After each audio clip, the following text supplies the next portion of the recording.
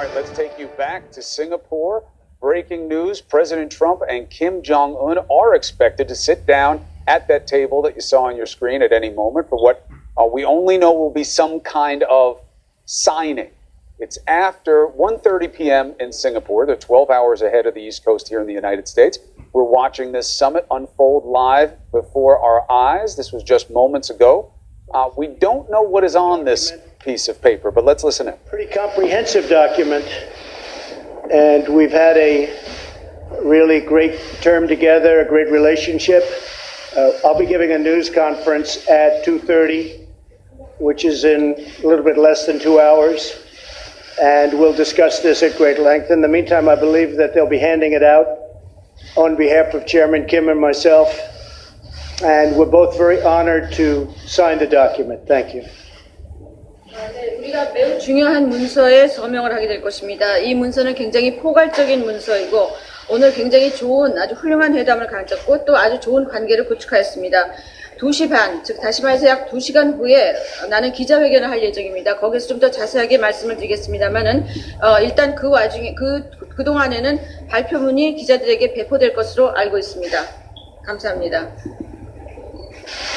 Would you like to say something to the press? 우리는 오늘 역사적인 이 만남에서 지난 과거를 덮고 새로운 출발을 알리는 그 역사적인 문건에 서명을 하게 됩니다. Today, we had a historic meeting and decided to leave the past behind, and we are about to sign a historic document. 세상은 아마 중대한 변화를 보게 될 것입니다. The world will see a major change. 오늘과 같은 이런 자리를 위해서 노력해 주신 트럼프 대통령께 사의를 표합니다. I would like to express my gratitude to President Trump to make this meeting happen. 감사합니다. Thank you. Thank you very much.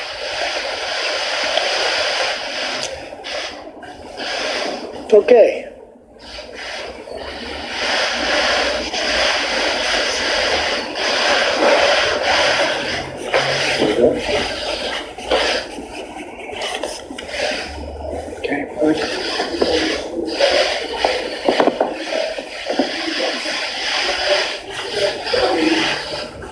Mr. President, did he agree to denuclearize? We're starting that process very quickly. Very, very quickly. Absolutely. Mr. President, 100% denuclearization?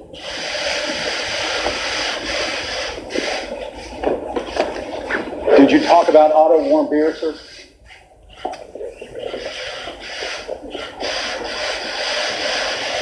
Mr. Kennedy, did you agree to give up your nuclear arms? You'll be seeing everything in just a little while. The letter that we're signing is very comprehensive, and I think both sides are going to be very impressed with the result. A lot of goodwill went into this, a lot of work, a lot of preparation. I want to thank everybody on both sides, Secretary Pompeo and all of his counterparts. They were absolutely fantastic. 네, 조금 후에 우리가 서명한 발표문의 내용에 대해서 곧 알게 될 것입니다. 아까도 얘기했습니다만은 매우 포괄적인 그러한 문서이고 양측이 그 결과에 대해서 굉장히 만족할 만한 결과입니다. 이 문서를 서명하고 또 이런 그 만남을 갖기 위해서 많은 사람들이 선의를 가지고 노력했고 또 많은 준비 작업이 있었습니다. 그 양측의 그러한 작업을 해주신 분들에 대해서 감사드립니다. 거기에는 폼페오 장관뿐만 아니라 조선 측의 그러한 여러 협력자분들에게 감사드립니다.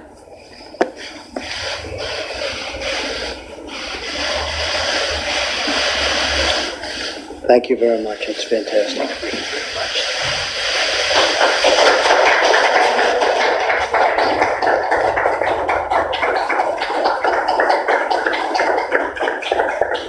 Thank you very much, everybody. We'll see you a little bit later. And we're very proud of what took place today.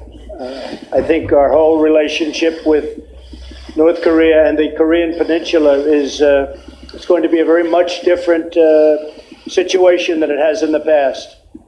We both want to do something. We both are going to do something. And we have developed a very special bond. So people are going to be very impressed. People are going to be very happy. And we're going to take care of a very big and very dangerous problem for the world. And I want to thank Chairman Kim Spent a lot of time together today, very intensive time. And I would actually say that it worked out for both of us far better than anybody could have expected. I think far better. I watched the various news reports. I would say far better than anybody even predicted. And this is going to lead to more and more and more. And it's an honor to be with you. Very great honor. Thank you. Thank you to all of your representatives very much. 우리 둘 다 오늘 둘 다 뭔가 이루어내려고 싶어하고 또 둘의 특별한 관계가 오늘 시작되었습니다. 그리고 우리는 아주 여러 가지 중요한 여러 가지 문제의 해결에 시작을 했다라고 말씀드릴 수가 있습니다. 김 위원장님께 감사드리고 또 내가 보기에는 오늘 만남이 누가 기대했던 것보다 또 누가 예측했던 것보다도 좋은 만남이고 좋은 결과로 이루어질 것 같습니다. 또 앞으로 더 많은 진척이 있을 것 같고 이렇게 만나게 된 것을 영광으로 생각합니다. 김 위원장님 감사합니다. Thank you very much, everybody.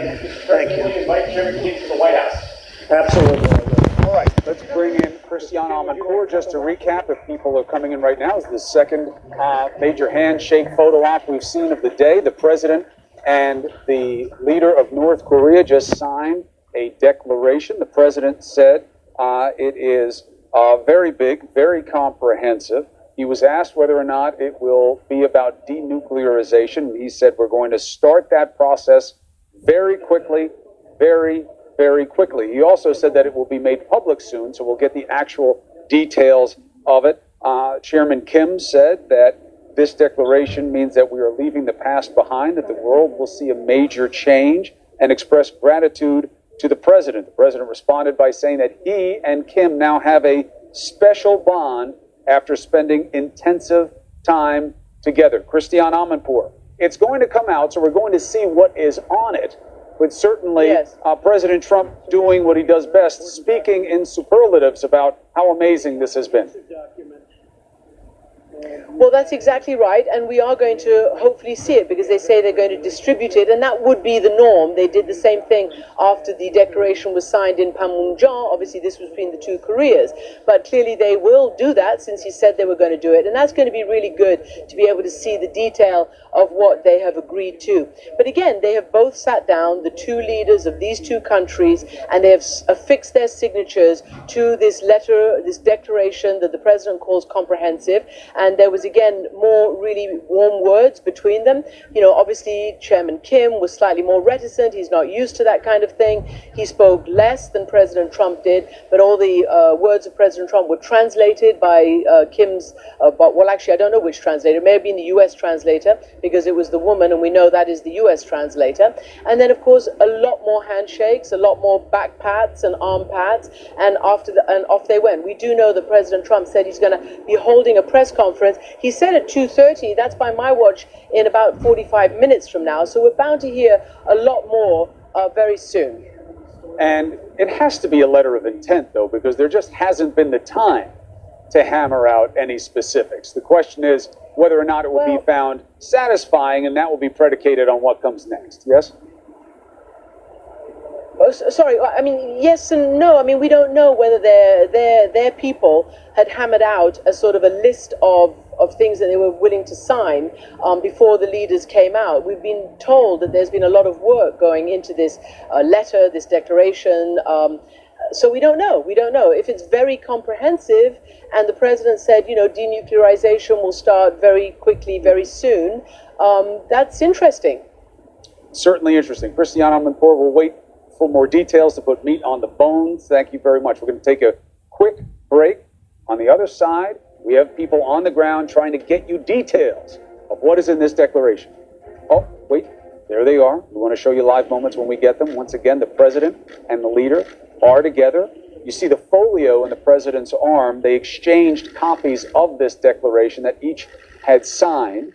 The schedule is loose and somewhat extemporaneous, so we don't know where they're going right now. We don't know if this is going to be another joint appearance. It does seem to be exactly that, another photo opportunity.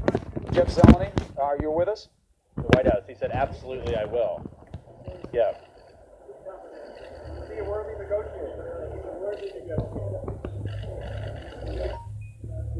people. They're very worthy, very smart negotiator, absolutely. And we had a terrific day, and we learned a lot about each other and about our countries. What did you learn about him?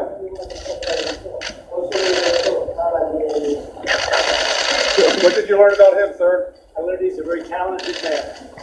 I also learned that he loves his country very much. When will you see each other again?